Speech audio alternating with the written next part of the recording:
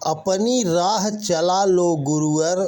एक बार बुद्ध के शिष्य मोग्गलान ने बुद्ध से पूछा, भगवान, क्या आपके सभी अनुयायी संसार के सभी दुखों से निश्चित रूप से मुक्त हो जाएंगे?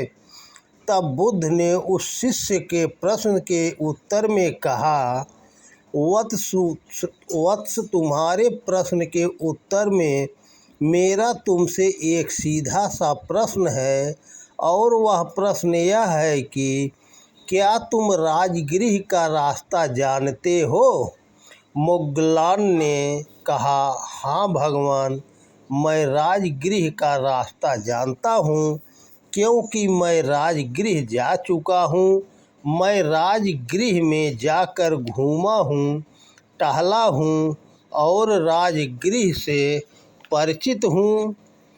मोग्गलान ने कहा, यह जो सड़क यहाँ से जा रही है, यह राजगृह ही तो जाती है।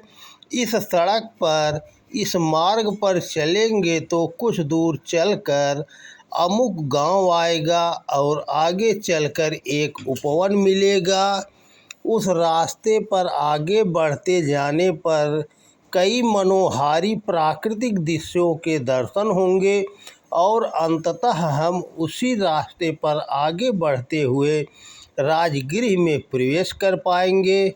मोग्गलान की बातें सुनकर बुद्ध बोले, मोग्गलान, संभव है कि तुम्हारे बताए रास्ते पर चलकर कोई राही राजगृह पहुंच जाए, लेकिन हो सकता है कि कोई दूसरा राही रास्ता भटक जाए और वह वहां न पहुंच सके। बुद्ध की बातें सुनकर मोग्गलान ने कहा, क्या यह भी मेरा काम है? गुरुदेव, मेरा काम तो बस राजगृह जाने का रास्ता बताने का था, सो मैंने रास्ता बताया।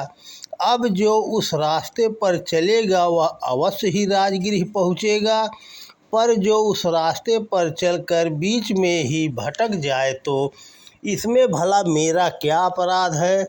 मेरा काम तो मात्र रास्ता बताने का ही है। बुद्ध मुस्कुराए और बोले, तुम्हारे प्रश्न का भी यही उत्तर है वत्स। तुम्हारा प्रश्न है कि क्या बुद्ध के सभी शिष्य, सभी अनुयायी संसार के दुखों से निश्चित रूप से मुक्त हो जाएंगे? तो वत्स, यह भली भांति समझ लो कि मैं भी केवल रास्ता दिखाता हूँ। मेरे कुछ अनुयायी पहुँच जाते हैं और कुछ नहीं पहुँचते। गुरु का काम सिर्फ रास्ता दिखाना है। गौतम बुद्ध की बातें सुनकर मोग्गलान को अपने प्रश्न का उत्तर मिल गया था। वे अपने गुरु के चरणों में नतमस्तक हुए और उनके बताए मार्ग पर चलने को तत्पर हुए। वास्तव में गुरु और शिष्य के उक्त वार्तालाप का निहितार्थ यही है कि यह अलग अलग लोगों पर निर्भर करता है कि वे अपने गुरु के बताए मार्ग पर कितनी श्रद्धा से, विश्वास से, कितनी तेज़ी से और कितनी दूर तक जा सकते हैं। जिन्हें अपने गुरु के वचनों पर पूर्ण भरोसा होता है, वे अपनी संपूर्ण शक्ति व मनोयोग से गुरु के मार्ग पर चल पड़ते हैं। जिन्हें अपने गुरु में पूर्ण श्रद्धा होती है, वे अपने मन में उठने वाले समस्त शंकाओं, संदेहों को त्यज कर अपने गुरु के बताए मार्ग पर बढ़ते जाते हैं। गुरु के प्रति सच्ची श्रद्धा भक्ति के कारण समस्त सृष्टि उस शिष्य के अनुकूल हो जाती है और उसके मार्ग में आने वाली बाधाओं को दूर कर जाती है। गुरु चेतना, परमात्म चेतना उसके लिए सहायक बन जाती है और अंततः शिष्य भगवत प्राप्ति रूपी परम लक्ष्य को प्राप्त कर परम आनंदित हो जाता है।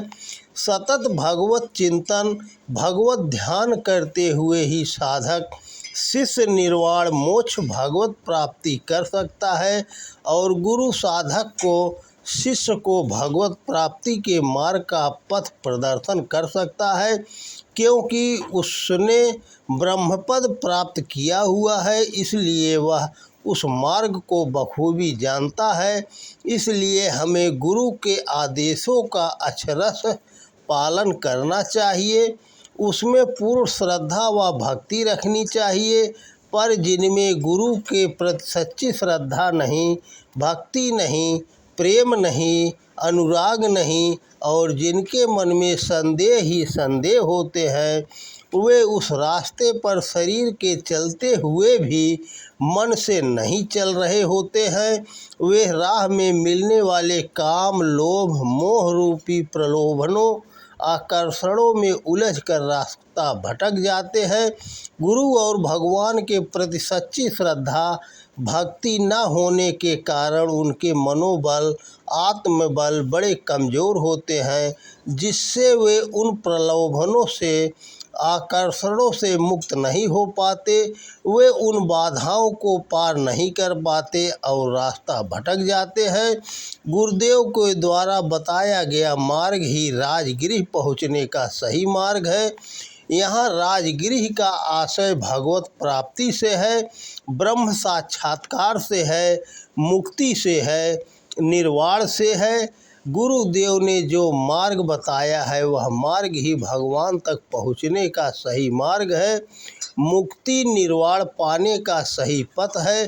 गुरुदेव ने जो उपासना, साधना, आराधना, स्वाध्याय, संयम, सेवा आदि साधन बताए हैं, उनका अक्षरश पालन करते रहना ही भगवत प्राप्ति के मार्ग पर चलते रहना है।